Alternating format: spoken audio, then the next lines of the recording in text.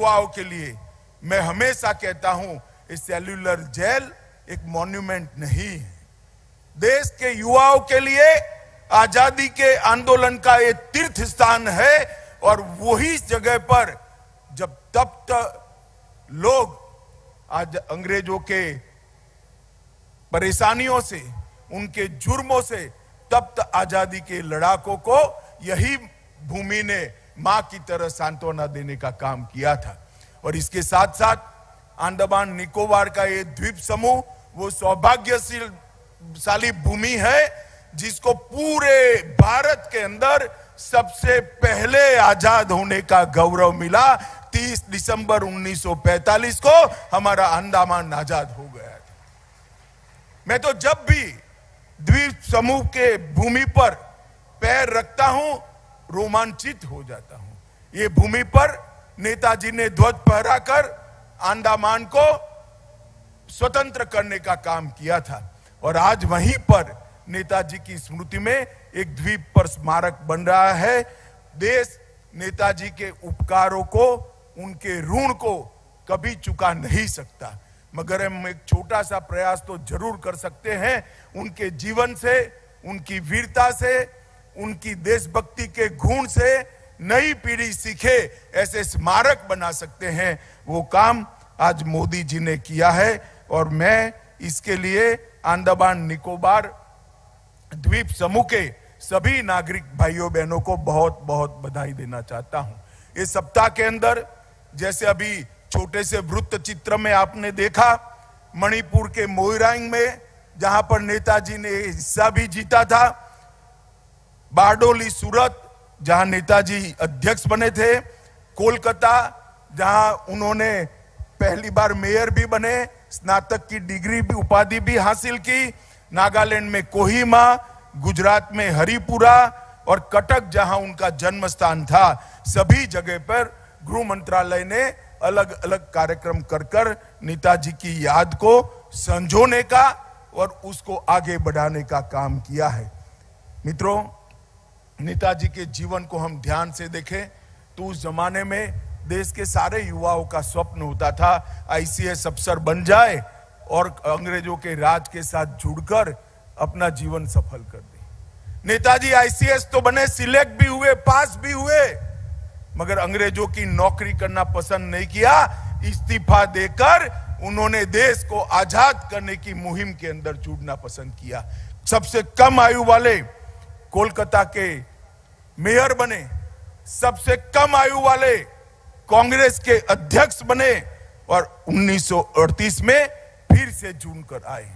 गांधी जी के साथ कार्य पद्धति के मतभेद के बाद उन्होंने कांग्रेस छोड़ दी और अपना रास्ता अख्तियार किया। वहां फॉरवर्ड ब्लॉक की स्थापना की, और जब मौका लगा कि अब देश को आजाद किया जाता है, किया जा सकता है, उन्होंने आईएनएस की स्थापना कर देश को आजाद करने का बहुत बड़ा प्रयास किया। उन्होंने गांधी जी से मतभेद के कारण कांग्रेस तो छोड़ी, मगर आजाद हिंद फौज का जब रेडियो बना तब उन्होंने बापू से आशीर्वाद मांगकर अपनी लड़ाई के लिए विजय के आशीर्वाद मांगे, और उन्होंने कहा था कि बापू आपके आशीर्वाद के बगैर मेरी ये लड़ाई सफल नहीं हो सकती। ये उनकी विनम्रता बताता है। उन्होंने आजाद हिंद फौज का गठन किया और एक बहुआयामी व्यक्तित्व, ब्रिलियंट विद्यार्थी रहा, उत्तम प्रशासक रहा, राजनीतिज्ञ रहा, सेनानी भी रहा और सभी गुप्तचरों को पछाड़ दे ऐसी गुप्तचर की कला में भी माहिर होकर कलकत्ता से ग्रेट एस्केप की यात्रा कर यूरोप तक गए। और आज देखें तो कलकत्ता से पेशावर, पेशावर से मॉस्को, मॉस्को से बर्लिन, 7,275 किलोमीटर की ये यातनाओं से सभर यात्रा थी, मगर एक जुनून था कि समय है देश को आजाद करने का, हम अब राह नहीं देख सकते। इसके साथ जर्मनी से इंडोनेशिया, इंडोनेशिया से जापान, 27,000 किलोमीटर की टोटल पनडुब्बी से यात्रा, ये नेताजी के साहस को बताने का काम करते हैं। मित्रों, पूरा देश आज नेताजी को अपना अभिमान मानता है। पूरा देश नेताजी को, उनके साहस को सलाम करता है और हमें नेताजी पर अभिमान है। मोदी जी ने नेताजी के इतिहास को सम्मान देने के लिए, उसको संजोने के लिए कर्तव्य पथ पर नेताजी का एक भव्य स्टैच्यू स्थापित करने का काम किया है। आजादी के बाद नेताजी को भुलाने का, उनकी भूमिका को छोटा कर नया इतिहास लिखने का बहुत प्रयास हुआ, मगर मित्रों कहते हैं ना, जो वीर होते हैं, जो सच्चे होते हैं, वो इतिहास में स्थान प्राप्त करने के लिए किसी के मोहताज नहीं होते हैं। इतिहास ही अपनी गोदी में बिठाकर अपने बच्चे को बड़ा करता है। और उसी तरह आज नेताजी कोटि कोटि सूर्य की भांति चमककर आज आजादी के आंदोलन के ध्रुव तारे बने हुए हैं और हम सबका दायित्व है कि नेताजी के आजादी के आंदोलन में उनकी जो भूमिका थी, आजाद हिंद फौज बनाने के पहले और आजाद हिंद फौज की पूरी लड़ाई की, ये दोनों भूमिकाओं को उजागर करने का और आने वाली पीढ़ियों को प्रेरणा देने का। आज नेताजी का 126वां जन्मदिन है।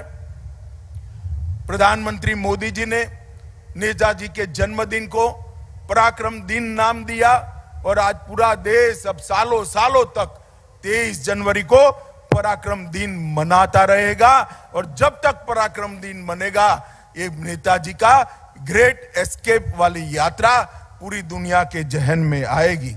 और आज अंडमान निकोबार के द्वीप समूहों में मैं आया हूं, तब मैं इतना कहना चाहता हूं कि इस आंदोलन के बहुत महत्वपूर्ण हिस्से रहे अंडमान निकोबार द्वीप को आज यहां पर उनका स्मारक बनेगा सुभाष द्वीप पर। वो स्मारक आने वाले अनेक सालों तक नेताजी को आगे, उनकी स्मृतियों को आगे बढ़ाने का काम करेगा। मित्रों, द्वीप समूह के विकास के लिए मोदी सरकार ने ढेर सारी योजनाएं लाई हैं। पीने का पानी 266 गांवों में, हर गांव में 100% पहुंचाने का काम हो गया है। अंडमान निकोबार द्वीप समूह में सबमरीन ऑप्टिकल फाइबर के माध्यम से कनेक्टिविटी को लाकर मोदी जी ने द्वीप समूह की सारी विकास की संभावनाओं को खोलने का काम किया है। और चेन्नई अंडमान एंड निकोबार आइलैंड परियोजना के 3 खंड सक्रिय हो गए हैं और बाकी के 5 खंड भी सक्रिय होने की शुरुआत हुई है। परफॉर्मेंस में ग्रेडिंग का सूचकांक के लिए एक पहल पोर्टल भी यहां निर्मित किया गया है और आयुष्मान भारत योजना के तहत हर अंडमान निकोबार वासी को 5 लाख तक का पूरा कवरेज यहां पर मिल रहा है और विद्युत क्षेत्र में 20 मेगावाट के सोलर प्लांट को चालू कर दिया गया है, जो आने वाले दिनों में हमारे द्वीप समूहों के लिए ऊर्जा और विकास का मूल कारण बनने वाला है। लगभग 203 करोड़ की लागत से सड़क और पुल भी बनाया है और सावरकर, वीर सावरकर अंतर्राष्ट्रीय हवाई अड्डे पर नया टर्मिनल भी निर्माणाधीन है। मित्रों, अंत में मैं इतना ही कहना चाहता हूं, विकास का काम मोदी जी बहुत अच्छे तरीके से कर रहे हैं, करेंगे। मैं द्वीप वासियों को आश्वस्त करना चाहता हूं कि द्वीप अब आत्मनिर्भर बने, इस प्रकार से द्वीपों का विकास करने के लिए नरेंद्र मोदी सरकार कटिबद्ध है। परंतु मित्रों, आज मोदी जी ने जो 2 काम किए हैं, हमारे 21 पराक्रमी योद्धाओं को, परमवीर चक्र को प्राप्त करने वाले योद्धाओं को अनाम द्वीपों के साथ जोड़ने का काम और नेताजी की स्मृति में सुभाष ब्रिज को स्मारक बनाने का काम, मैं मानता हूं अंडमान का नाम, अंडमान निकोबार द्वीप समूह का नाम, ये दोनों कामों के कारण अनेक सदियों तक देश के इतिहास के साथ सुवर्णमयी अक्षरों से जुड़ जाएगा। आप सभी को मैं पराक्रम दिवस की बहुत बहुत शुभकामनाएं देता हूं। देश के सभी नागरिकों को भी पराक्रम दिवस की बहुत बहुत शुभकामनाएं देता हूं और हम ईश्वर से यही प्रार्थना करें सब मिलकर कि हमारी युवा पीढ़ी नेताजी के संस्कारों से, नेताजी की वीरता से, उनकी देशभक्ति से, देश को आगे बढ़ाने के उनके जज्बे से संस्कार प्राप्त करे और देश को आगे बढ़ाए और 2047 में जब देश की आजादी की शताब्दी मनाने का समय हो, पूरे विश्व में हर क्षेत्र में भारत सर्वप्रथम हो, ये वो सपना हमारा सिद्ध हो। फिर से एक बार सभी को बहुत बहुत शुभकामनाएं। वंदे मातरम।